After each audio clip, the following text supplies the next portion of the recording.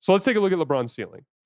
This stretch that I keep referring to, where LeBron reached that top-tier superstar level, it was 16 games long, so a little under a fourth of the season. Call it like a fifth of the season.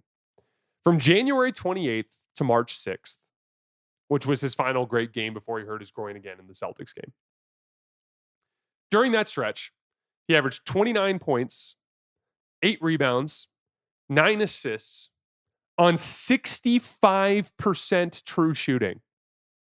So the same Swiss Army knife that we've always known LeBron to be, but also 29 points per game on 65% true shooting. He was 54% from the field, 41% from three on 7 attempts per game. He was literally the best defender on the number 1 defense in the NBA in that span. That's right. Anthony Davis, in that entire span from January 28th to March 6th, when the Lakers were the number 1 defense in the league, Anthony Davis literally played just 9 minutes and 50 seconds of total game time in that entire span. Played a little bit in the first game, got hurt. We didn't see him again in a Laker jersey. And then Luka returned at the end of that stretch, towards the end of that stretch, but he was a fat, out-of-shape version of himself. Wasn't nearly as good on offense as LeBron at that specific point in time. And LeBron was literally carrying the defense still. And during that stretch, the Lakers went 13-3, with LeBron basically leading the way as the superstar. They beat the Knicks twice. They beat the Clippers 3 times. They beat the Warriors. When Luka returned, they beat the Nuggets in Denver. They beat the Timberwolves. I literally cannot overstate how well LeBron played in that stretch. As a fan, it was like going back in time and watching 2018 LeBron again. 29, 8, and 9 on 65% true shooting while anchoring the best defense in the league and just beating great team after great team. It was amazing to watch. And again, that was a level that many of the guys in this top 14 have quite literally never reached in their entire basketball lives. And that is what makes this so complicated. So let's zoom out and let's talk about why I put LeBron at 8. LeBron has actually sneakily been one of the most consistently reliable and productive players in the NBA over the last 2 seasons. I posted this stat on Twitter a few weeks back, but it's crazy. Guess how many players in the NBA have played in at least 70 games each of the last 2 seasons, so consistently available, and to, over the course of those 2 seasons, average at least 25, 5, and 5 on at least 60% true shooting. So again, just think of that as just consistent superstar production. At least 70 games per season and at least superstar production of 25, 5, and 5 on at least 60% true shooting. 3 players hit that mark. Nikola Jokic and Shai Gilgeous-Alexander, the last 2 MVPs of the league, and LeBron James. Again, as I said, it's important and it's fair for us to discuss LeBron's health and his age as it pertains to which ceiling he can reach. And like what you get in the postseason matters. Like 2023, you get a broken foot version of LeBron that, was a lesser version of the playoff LeBron we've seen over the years. 2024, they didn't lose to Denver because of LeBron. LeBron was incredible in that series. I would argue he played at a top tier superstar level in that series. Like just clutch shot after clutch shot after clutch shot. And just the Nuggets were better. And the Nuggets are one of the great teams of this era. And then last year against Minnesota, kind of in between those 2 levels. And that's the fair discussion we can have as it pertains to which ceiling LeBron can reach. And that's why he's 8th and not 5th, right? But in terms of actually being available to his team and reaching superstar production, LeBron has actually been one of the most reliable guys in the league over the last couple of years. He's never even missed a playoff game in his 22-season career.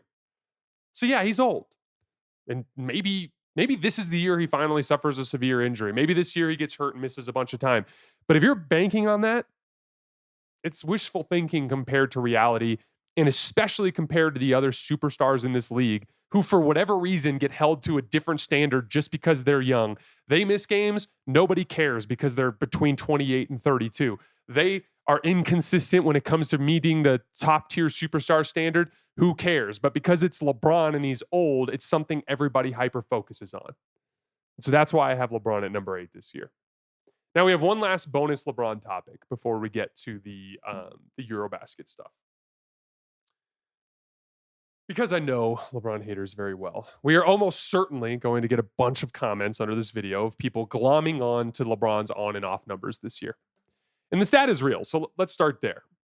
The Lakers were 6.9 points per 100 possessions worse this year with LeBron on the floor versus off.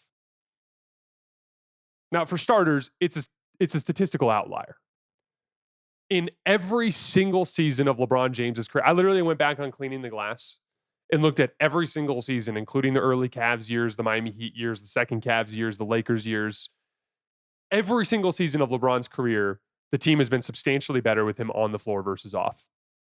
Every single one. 21 consecutive years. Even recently, old man LeBron.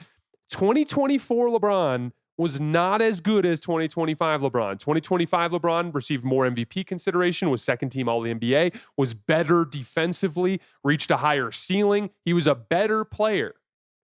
2024 LeBron, the Lakers were 8 points better per 100 possessions with LeBron on versus off.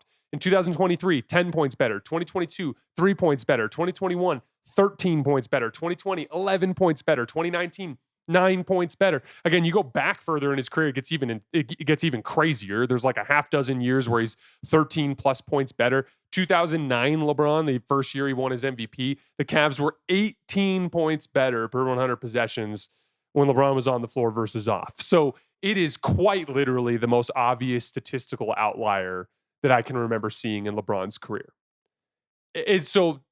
I almost am inclined to discount it entirely, but let's dive into it anyway. What caused this outlier piece of data? It comes down to a couple things. First of all, LeBron was second on the Lakers roster in minutes. So the sample size of them having a higher net rating was actually substantially smaller. He was on the floor for most of the time, including all the minutes that the starters were out there and closing every single game for a team that won 50 games and was the third seed in the Western Conference. So if you're under the impression that he was hurting the team, frankly, you're an idiot. Secondly, there were a couple of lineup irregularities that led to LeBron having to anchor many of Los Angeles' worst lineups. And those lineups didn't perform very well. And if there's a lesson to be learned, because like basically what it was, JJ kind of made a strategic effort to anchor Anthony Davis with more ball handling, right? And so LeBron often had to anchor these bench units where he was like the only ball handler, and they'd have like a G League center because of the weak center rotation. And those lineups got rolled. And there's no doubt that LeBron isn't as capable of floor-raising bad NBA players anymore. And that may be something that JJ Redick has to address moving forward. But even within that context, when I see 21 consecutive seasons of excellent on-off numbers, including recent seasons of old man LeBron, who wasn't even as good as the player we saw this last year, I'm inclined to basically just consider it a statistical outlier. And again, like LeBron more or less was the same player or better this year than he was last year, and the data looks so different. It looks like an outlier to me. But again, this kind of floor-raising piece, this inability to carry inferior lineups the way he used to, that inconsistency of the level of player that he can reach is all part of the reason why a guy that can reach the ceiling LeBron reached in February ranks down at number 8 for me this year.